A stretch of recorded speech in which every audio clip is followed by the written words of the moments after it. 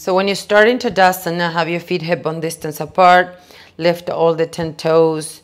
Make sure your toes are spreading. The big toes coming in towards each other, and lengthen those big toes like they want to get longer and longer. When you lengthen the big toes, you might even feel how the inner arches of your feet start activating. Once you have the big toes on the floor, move the other toes away from the big toe and then pin the little toes on the ground. And feel like suction cups, like you're lifting up through the arches of your feet and engaging your legs for the sun salutations. Now you can put all the other toes on the ground with space between them and feel like you can push the floor away to get long, lengthening the spine. Let's bring the hands together to the heart and gently press with your thumbs onto the sternum, onto the breastbone, and press breastbone back onto your thumb. So that can help us open up into the chest area and engage the shoulder blades down the back. Reach up through the crown of the head like someone is pulling you up from the back of your skull so you can feel your whole spine activating. This is Tadasana. We begin from here. Now inhale, you can reach your arms out and up overhead. Very slowly open your arms like wings, extending the heart forward, hinging at the hips. And come down, you can bring your hands either on the floor, on your shins, on blocks.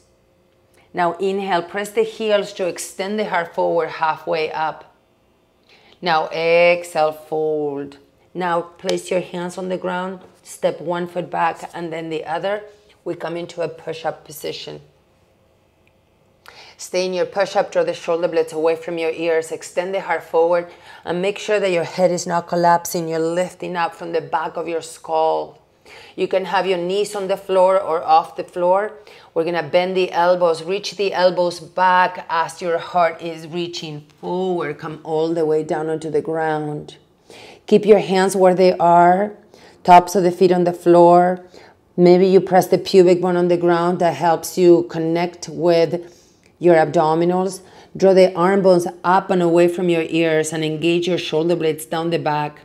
I like the idea of pulling my hands energetically back towards my feet, shoulder blades down the back, elbows reaching back.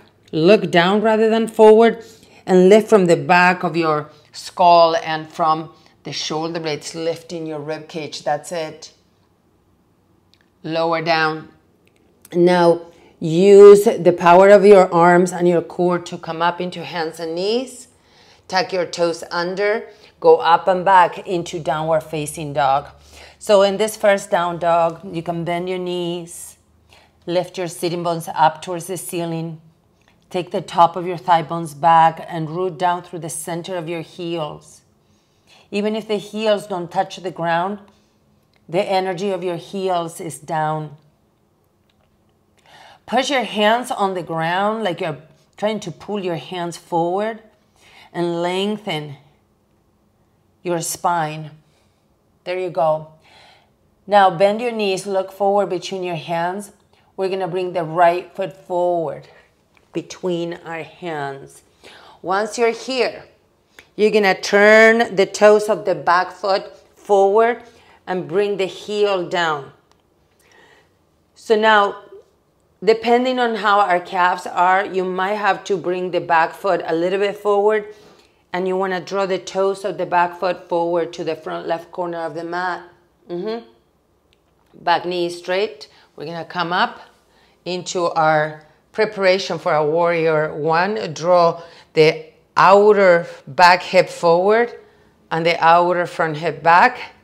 And breathing in, lengthen the spine. Imagine someone is pulling you up and you're lifting the rib cage up and away from your pelvis. Good. Now slowly, we're going to bring the hands down onto the ground. This is going to be your choice. You can go right into your downward facing dog, or you can come into your push-up position, lowering down and coming back up into a cobra, and then up and back into downward facing dog. Move slow. We're gonna do this pose second side. Bend your knees and step the left foot forward. Once you're here, put the back heel down, turn the toes of your back foot forward to the front right corner of the mat. Adjust your stance so you can come up and level your hip bones straight forward. Inhale. And slowly exhale. This time, we're gonna step the back foot forward. We're in a forward fold now. We're gonna do a little stretch for the calves in the forward fold. Bend your knees. Bring your both hands behind your calves. So here with the knees bent, you're trying to get your belly attached to your thighs. Your hands are pushing forward on your calves, drawing the shins forward. And then you're gonna lift the sitting bones up as you push the heels down. So push the heels down, lift the sitting bones up, push your hands forward onto your calves. You can let the head relax. Let's take 3 deep breaths here.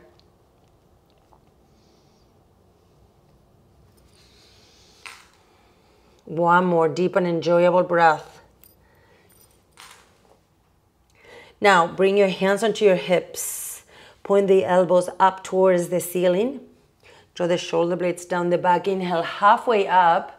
The weight is in your heels. Your heart is extending forward. Push your heels down and out like you're pulling your heels apart as you come up. Very nice. Very nice. Bring your hands together, your heart. Okay, we're gonna be opening out into a wide stance, and I would like for you to have your block nearby to your right side. So we're coming into a wide stance. Good. From here, we're gonna turn the right foot out. So I like the idea of lining up heel to heel rather than heel to arch or heel to ball of the foot. Heel to heel gives more space. All right, your hands can be at your hips to get started.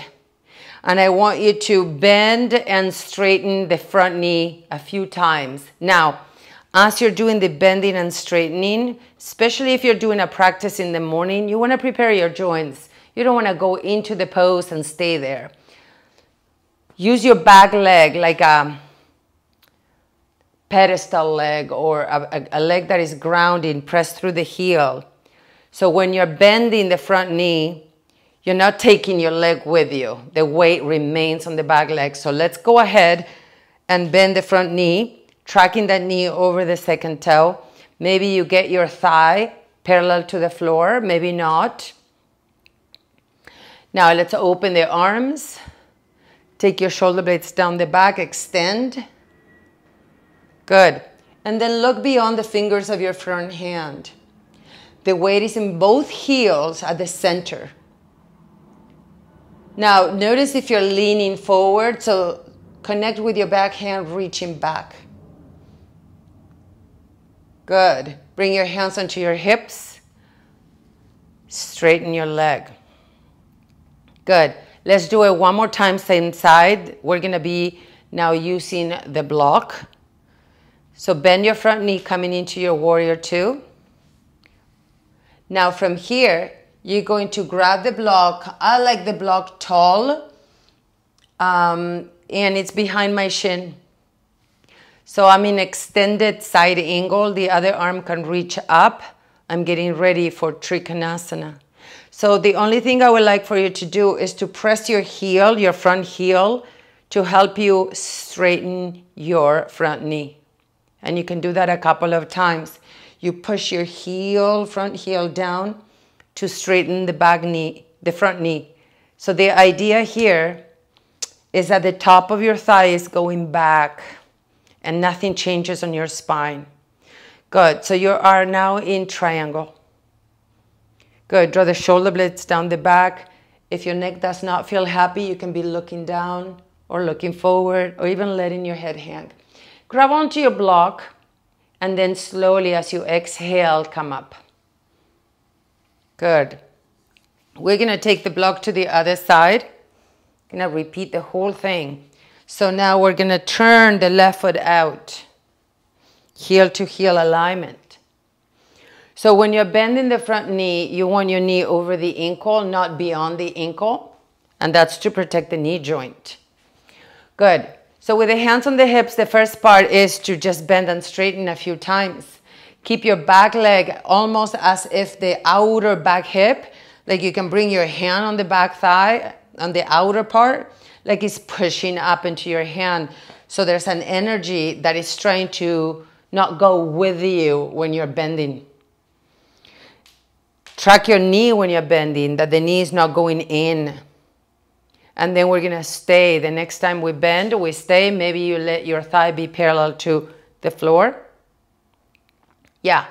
And then we can open the arms in the warrior two. I like the idea of squeezing the legs in towards each other. So that's gonna help me lift the pelvic floor and engage. And also drawing the shoulder blades down the back. 2 more breaths here. So here's where we build muscle and resistance and endurance because we stay longer in poses. Let's come out. We're using the block. So now we're gonna be bending one more time. Bring the hand onto the block.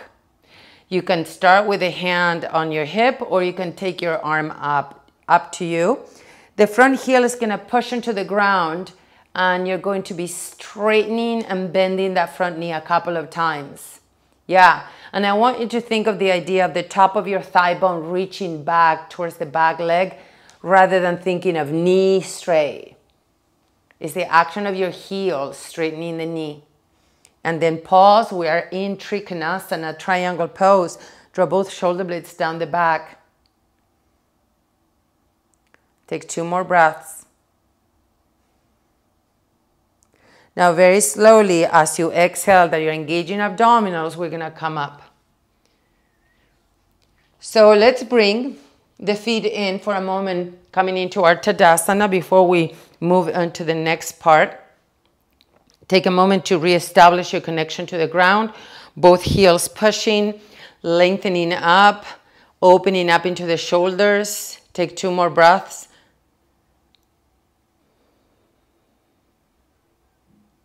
Let's release the hands. So we're gonna open wide again. So we are going into warrior two, extended side angle, Trikonasana, and half moon. So you can adjust the way that you're doing your half moon. Turn your right foot out. Let's have the block behind the front shin. Bend the front knee, open arms into your warrior two. Relax the top of the shoulders by engaging the shoulder blades down the back. The center of the heels onto the ground. Now extend forward. Bring your hand on your tall block behind the front shin. The other hand can be at your hip or up. You're going to be straightening the front leg so you're coming into triangle. I like to have the hand on my hip when I do the half moon the first time, but it's up to you. So now you're going to do a little step forward with the back foot, enough that gives you the chance of transferring your block forward to your right. So it's going to be a foot diagonal to the little toe side of your front foot. Then you're stepping even forward and then firm the back leg, can lift off the ground. And as you straighten the front knee, you take the back leg up. Now, if you were to look where your foot is, the up foot, you should see your toes. If not, it's too far behind you. You can stay here, you can take the arm up. Now, to come out of this pose, you can bring your hand onto your hip, bend the front knee, engage your abdominals, and see if you can take a big step back. So we're coming back into that extended side angle or triangle. And then coming back up. Nice. So let's do the other side. Turn your left foot out. Good. Let's make our way into warrior two.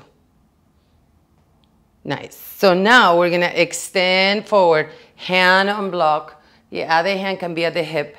So once you're here, push with your front heel to straighten knee. You're going to step a little bit forward with the back foot. Transfer block diagonal to the little toe on the front foot. And then start firming the back leg and lift it up.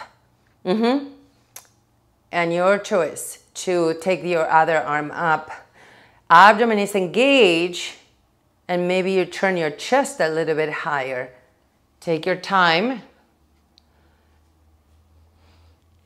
And then we're gonna be coming out in a big step that you are in triangle or extended side angle. Good, and then slowly make your way up. Once you come back up, bring your feet together. Just take a moment to feel your Tadasana. Maybe you close your eyes, take 3 deep and enjoyable breaths.